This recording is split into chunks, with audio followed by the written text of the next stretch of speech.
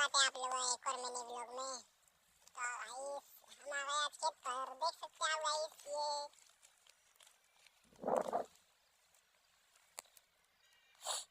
देखिए गाइस।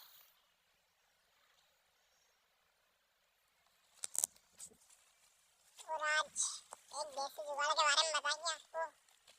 खेत में कैसा क्या करा आपने देखते हैं। चलो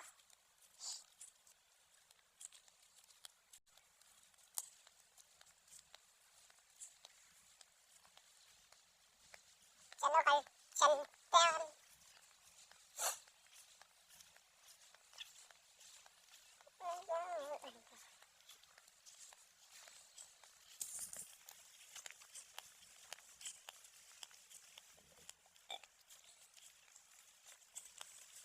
गेहूं देखिए आप अपने, ये क्या शानदार है।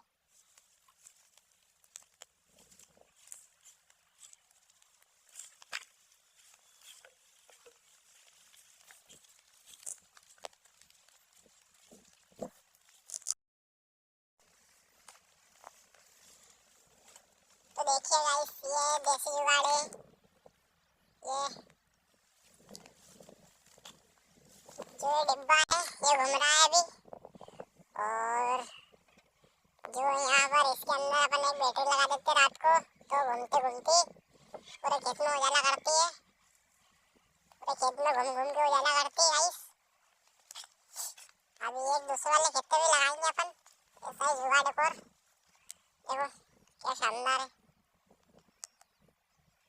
इधर अपने टापरी है।